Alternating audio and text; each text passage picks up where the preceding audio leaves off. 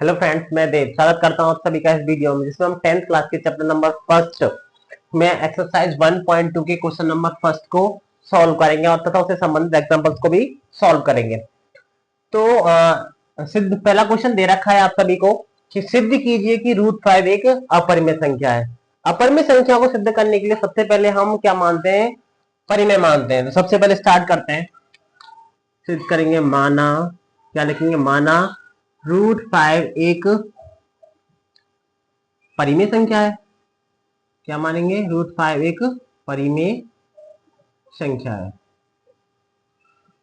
जब √5 एक परिमेय संख्या है, परिमेय संख्याएं ये होती हैं हमारी, यानी जो संख्या होगी वो P अपॉन Q के रूप में होगी। हम जान चुके हैं कि P क्या होता है? एक पूर्णांक होता है। Q भी क्या होता है? हमारा एक पूर्णांक होता है और Q का मान कभी भी 0 नहीं होगा। परिमेय संख्या एक खासियत होती है। जब हम इसमें हम P अपॉन Q के रूप में मानेंगे तो P व Q सहभाज्य है, सहभाज्य है। थोड़ा सहभाज्य के बारे में बात कर लेते हैं कि सहभाज्य संख्या क्या होती है। सहभाज्य संख्या वे संख्याएं होती हैं जिनका एचसीएफ हमेशा कितना होता है? 1 आता है। एचसीएफ हमेशा कितना आता है? जैसे 1। एग्जाम्पल के तौर पर हम बात करते हैं, जैसे 15 और 16। अगर हम 15-16 का एचसीएफ निकालें तो 15 के फैक्टर्स करेंगे तो कितना हो जाएगा? 3 से जाएगा, 3 पंजे 15 और 5 एकम 5। 16 से करेंगे तो 2 चौके 2 अट्ठे 16 और 2 चौके 8 और 2 दूना 4। तो इन दोनों नंबर्स में कोई भी कॉमन एलिमेंट्स नहीं है, इसलिए 15 और 16 का जो एचसीएफ आएगा वो हमेशा कितना आ जाएगा? 1। इसका मतलब सहभाज्य, सहभाज्य को इंग्लिश में बोलते हैं हम को प्राइम नंबर। इनका जो हमेशा एचसीएफ आएगा वो कितना आना चाहिए? 1 आना चाहिए। यानी इन दोनों जो P व Q जो सहभाज्य संख्या मानी है, यानी जो पूर्णांक है, उनका जो एचसीएफ आना चाहिए वो कितना आना चाहिए? 1। 1 के अतिरिक्त एचसीएफ नहीं आना चाहिए। अगर 1 के अतिरिक्त कोई भी आता है तो वो सहभाज्य संख्याएं नहीं होती है। अब हम क्वेश्चन पर आ जाते हैं, वापस क्वेश्चन पर वर्क करते हैं। क्वेश्चन हमारा दे रखा है, ऐसी हमारे पास बहुत सारी संख्याएं होती हैं। क्वेश्चन हमारा दे रखा है कि माना सिद्ध कीजिए √5 एक संख्या है, अपरिमेय संख्या है। तो सबसे पहले अपरिमेय सिद्ध करने के लिए सबसे पहले उसको क्या मानते हैं? परिमेय। तो √5 क्या लिखेंगे? P अपॉन Q के नंबर संख्या की। इसके नीचे एक माना क्रॉस मल्टीप्लाई करेंगे तो P का 1 से करेंगे कितना हो जाएगा? P। और Q का करेंगे तो क्या होगा? क्या होगा? Q√5 और उसका Q√5। आगे क्या करेंगे? दोनों तरफ वर्ग करने पर, दोनों तरफ वर्ग करने पर वर्ग करेंगे तो क्या हो जाएगा? P² बराबर Q√5 का होल स्क्वायर। अगर हम इस Q² खोलेंगे, P² कितना हो जाएगा? आएगा 5Q²। √5 का स्क्वायर करेंगे कितना हो जाएगा? 5 और Q का करेंगे तो Q²। अब संख्या देखने पर हमें ये पता चल रहा है कि जो P है, जो P² है वो 5 से डिवाइडेड है या नहीं है? अगर हम इस तरीके से लिखते हैं कि P² बराबर 5Q²। अगर यहाँ से Q² को अलग करूं तो देखो ये 5 से डिवाइडेड होता है। Q² का मान निकालूं तो P² अपॉन कितना हो जाएगा? 5। होगा क्या? नहीं होगा? तो हम कह सकते हैं कि जो P² है वो 5 से डिवाइडेड है, यानी P² में 5 से भाग जा रहा है। जब एक बात बताओ कि P² में P² तो P मान के चलो कोई नंबर 5 है, P² यानी 5 रखा, 5 का वर्ग किया अपन 5, यानी 25 अपन कितना हो जाएगा? 5 बराबर 5 आ जाएगा। इसका मतलब है कि P² 5 से डिवाइडेड है। जब P² 5 से डिवाइडेड है तो P भी 5 से डिवाइडेड होगा। P हमने के अपने मन से कितना मान लिया है? एग्जाम्पल के रूप में दिखाने के लिए कितना माना है? 5। तो 5 को 5 से डिवाइड करेंगे कितना हो जाएगा? 1। तो इसका मतलब हम ये कह सकते हैं कि P² किससे डिवाइडेड है? 5 से डिवाइडेड है। आगे देखते हैं क्या लिखोगे? P² 5 से विभाजित है, विभाजित है। P भी 5 से विभाजित, विभाजित होगा। इसके बाद में आगे बात करते हैं, फिर हम मानते हैं, माना P = 5R। P जब P² 5 से डिवाइडेड होगा तो उसके अलावा कोई ना कोई नंबर तो आया होगा। जब P² को आप 5 से डिवाइड करते हो तो कोई ना कोई नंबर, वो नंबर हमने कितना मान लिया है? R मान लिया है। तो इस तरीके से अगर हम रखें तो P बराबर कितना माना है हमने? 5R माना है। माना है कि नहीं माना? तो P अगर P जो P भी डिवाइडेड हो रहा था तो P जो p 5 से डिवाइडेड जो हुआ है तो उस पर कोई ना कोई अंक तो आया होगा, वो हमने कितना मान लिया है r, तो p ऐसे का यहाँ से मान निकालें तो p बराबर कितना हो जाएगा r। r यहाँ पर क्या है आपका पूर्णांक है, क्या है आपका r पूर्णांक है, इसे मतलब पूर्णांक है, इसको हटा देता हूं। तो दोनों इसी प्रकार से दोनों तरफ वर्ग करने पर, दोनों तरफ वर्ग करेंगे, वर्ग करने पर क्या संख्या आएंगी हमारे पास, दोनों तरफ वर्ग करने पर,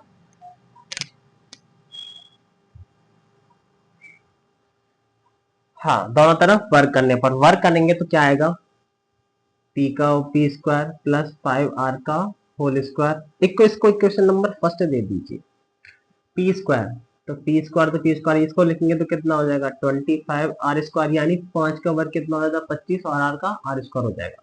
p स्क्वायर का मान तो यहाँ से रख सकता हूँ, कितना हो जाएगा 5q square is equal to 25r square. देखो 5 से ये 5 बार चला जाएगा तो क्या आएगा q square is equal to 5r square.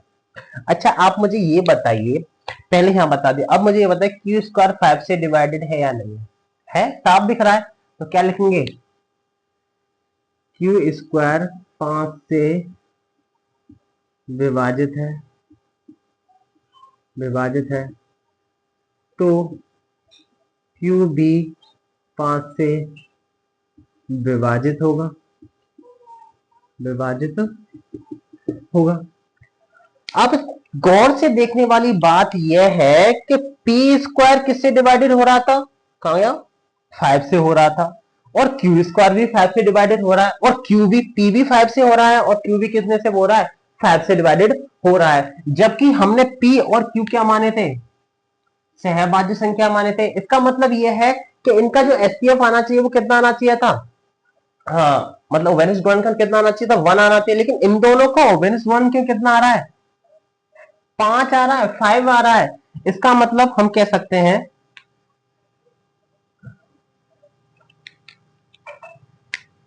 P व क्यू का एक उभयनिष्ठ गुणनखंड 5 है, जो एक के अतिरिक्त है, अतिरिक्त है। क्यों अतिरिक्त है, पी व क्यू कैसी है सहभाज्य संख्या है, हमने ये माना है सहभाज्य संख्या, सहभाज्य संख्या है, यानी पी व क्यू का एक गुणनखंड 5 है जो कि एक के अतिरिक्त है, एक के अतिरिक्त है, अतिरिक्त है। पी व क्यू हमने कैसी मानी सहभाज्य संख्या, तो एक के अतिरिक्त आ रहा है, ओवेनिस गुणनखंड कितना आ रहा है 5 आ रहा है। अतः हमारी अवधारणा, हमारी अवधारणा विरोधाभास है, हमारी अवधारणा विरोधाभास है। अतः इसलिए देयरफॉर, इसलिए √5 एक अपरिमेय, अपरिमेय संख्या है। आई होप आप सबको ये प्रोसेस समझ में आया होगा। इसके संबंधित कुछ एग्जाम्पल्स नहीं है, जो कि दूसरी बात यह है कि √5 आ जाए, √3 आ जाए, √7 आ जाए, कुछ भी नहीं बदलेगा, सिर्फ अंक बदलेंगे। यहाँ √2 आ जाए तो यहाँ पर कितना आ जाएगा 2 चलेगा, यहाँ 4 आ जाएगा, बस यही चलता रहेगा, वरना सेम यही प्रोसेस है। और इसी तरीके से क्वेश्चन करना है हमें।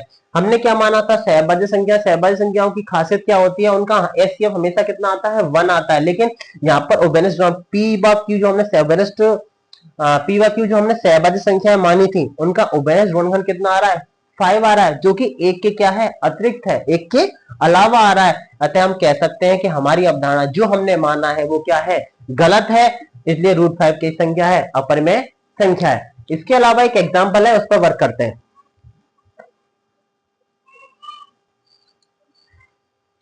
हाँ इसके अलावा अब हमारे लिए उदाहरण दे रखा है। अब तक हमने रूट 5 वाला क्वेश्चन जो किया था, क्वेश्चन नंबर फर्स्ट था, उस पर एक एग्जांपल है जो तुम्हारी हमारी बुक में दे रखा है। क्या दे रखा है? सिद्ध कीजिए कि रूट 5 एक अपरिमेय संख्या है। जो प्रोसेस हमने रूट 5 वाले क्वेश्चन में किया था वही प्रोसेस बिल्कुल सेम हम रूट 2 वाले क्वेश्चन में करेंगे। सबसे पहले क्या मानेंगे संख्या को सिद्ध करने के लिए? माना रूट 2 एक परिमेय संख्या है, परिमेय संख्या है। परिमेय संख्या है वो किस रूप की होगी? पी बट्टे क्यू की रूप की होगी और Q not is equal to 0 होगा। जहां पी व क्यू सहभाज्य संख्या है, यानी को प्राइम नंबर है, सहभाज्य संख्या है। सहभाज्य संख्या की खासियत क्या होती है? इन दोनों का जो एचसीएफ कितना आना चाहिए? 1 आना चाहिए। अब आगे प्रोसेस करते हैं। हमने क्या माना है कि रूट 5 एक कैसी संख्या है? अपरिमेय संख्या है। तो रूट 5 मतलब रूट 2 एक कैसी संख्या है? परिमेय संख्या है। अगर जो परिमेय संख्या होती है उसको किस रूप में लिखते हैं? हम पी अपॉन क्यू के रूप में लिखते हैं। तो पी बट्टे क्यू, इसके नीचे एक माना क्रॉस मल्टीप्लाई किया। पी का मल्टीप्लाई 1 से करेंगे कितना हो जाएगा? पी, और रूट 2 का करेंगे तो कितना हो जाएगा? Root 2 Q. दोनों तरफ हमने क्या किया था रूट 5 वाले में? दोनों तरफ वर्ग करने पर, अगर हम दोनों तरफ वर्ग करते हैं तो क्या आएगा? पी स्क्वायर बराबर रूट 2 क्यू और उसका भी होल स्क्वायर। तो क्या हो जाएगा? पी स्क्वायर बराबर कितना हो जाएगा? क्यू 2 क्यू स्क्वायर, क्योंकि रूट 2 का वर्ग कितना होता है? 2, और क्यू का कितना हो जाएगा? Q square. हाँ, तो हमने पहले क्वेश्चन में क्या किया था ये बताइए? पी स्क्वायर 2 से डिवाइडेड हो रहा है या नहीं हो रहा? हो रहा है, बिल्कुल हो रहा है। तो कैसे लिख सकते हैं कि पी स्क्वायर 2 से विभाजित है, पी भी 2 से विभाजित होगा। वही प्रोसेस है, सेम, कुछ भी नहीं बना, विभाजित होगा। अब इसके आगे प्रूफ करने के लिए क्या करेंगे? जब पी स्क्वायर 2 से डिवाइडेड हुआ है, यानी पी स्क्वायर में 2 का भाग चला गया है, इसका मतलब कुछ आगे भी आया होगा कोई ना कोई नंबर। तो क्या मानेंगे? वही माना।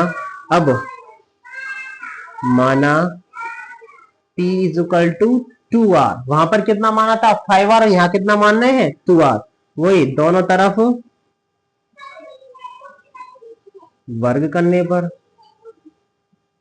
दोनों तरफ वर्ग करने पर, क्वेश्चन नंबर फर्स्ट दे देते।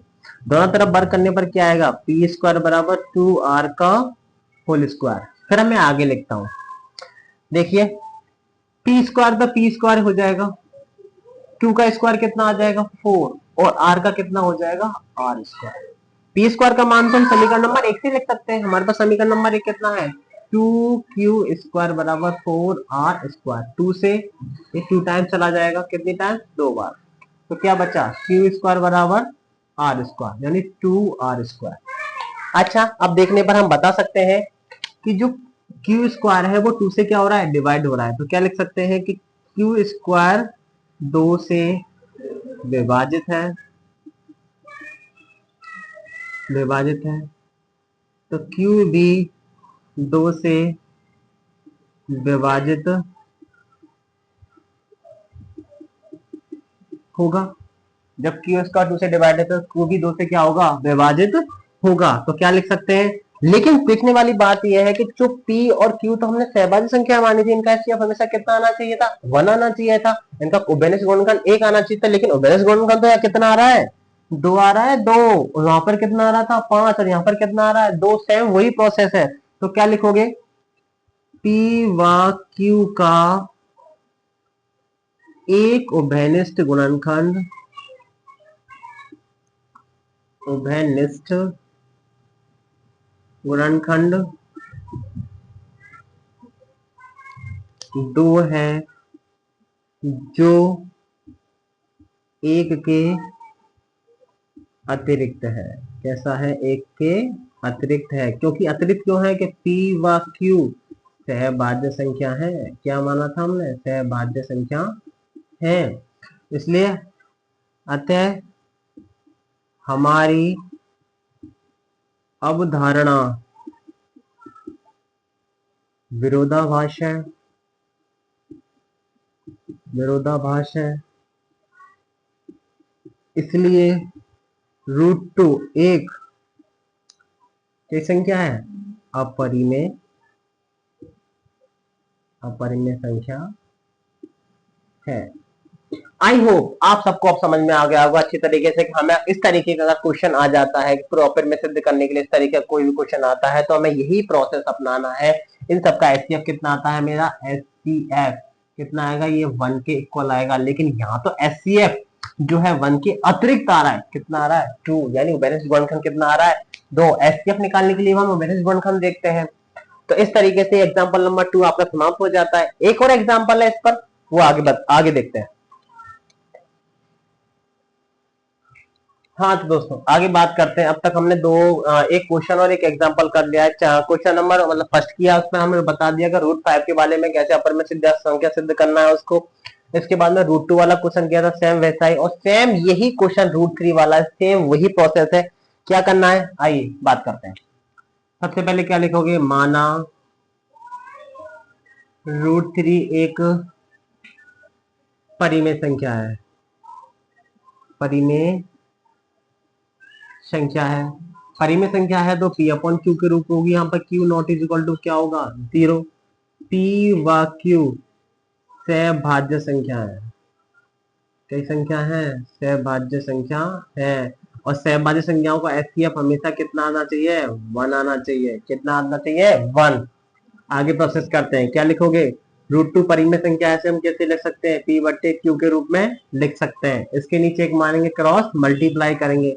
P का मल्टीप्लाई 1 से करेंगे कितना हो जाएगा? P, और इसका करेंगे रूट 3 Q। दोनों तरफ वही, दोनों तरफ क्या करने पर? दोनों तरफ वर्ग करने पर, दोनों तरफ वर्ग करेंगे तो कितना हो जाएगा? P स्क्वायर रूट 3 Q और उसका भी होल स्क्वायर। क्या लिखोगे? P square is equal to कितना हो जाएगा? 3Q स्क्वायर, क्योंकि रूट 3 का स्क्वायर कितना होता है? 3, और Q का कितना हो जाएगा? Q square. हाँ अब बताइए, P स्क्वायर 3 से डिवाइडेड है? हाँ, जब तक करते हैं वही क्वेश्चन है। क्या लिखोगे? P स्क्वायर 3 से विभाजित है।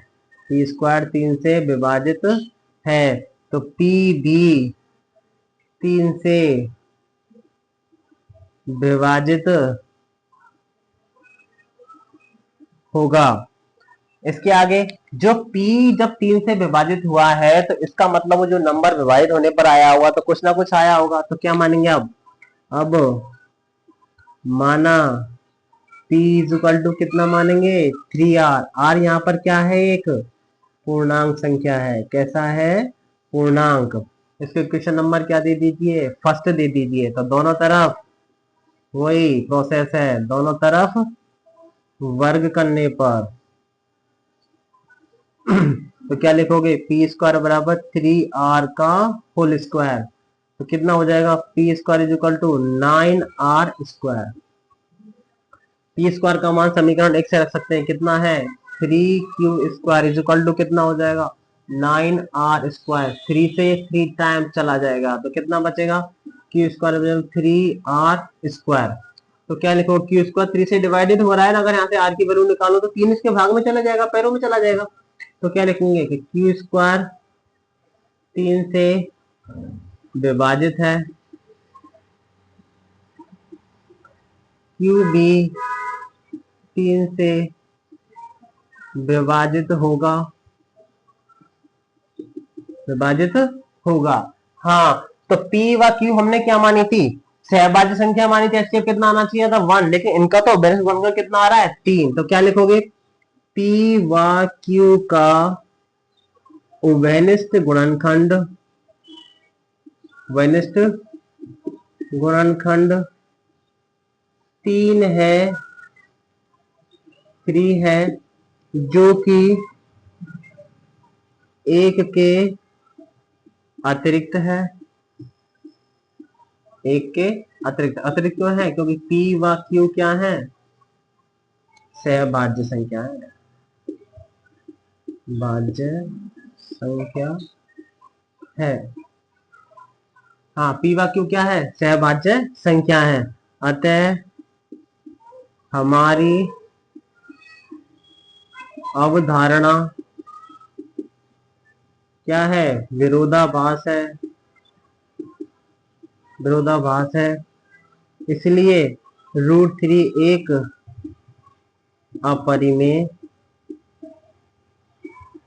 अपरिमेय संख्या है। आई होप आप सबको समझ में आया होगा। समझ में आया है तो चैनल को लाइक करें, मतलब लाइक करें, वीडियो को लाइक करो, चैनल को सब्सक्राइब करें। मेरी उम्मीद ये कहती है कि जो प्रोसेस हमने √5 वाले क्वेश्चन में अपनाया था वही हमें √2, √3 और इसके अलावा √7 आ जाए, √11 आ जाए, √21 आ जाए, कोई भी नंबर आ जाता है तो आपको इसी प्रकार प्रूव करना है। It is a very easy question. इस तरीके से आपका एक्सरसाइज 1.2 का question number first with example यहाँ पर फ्री हो जाता है। Thank you so much. Thank you so much.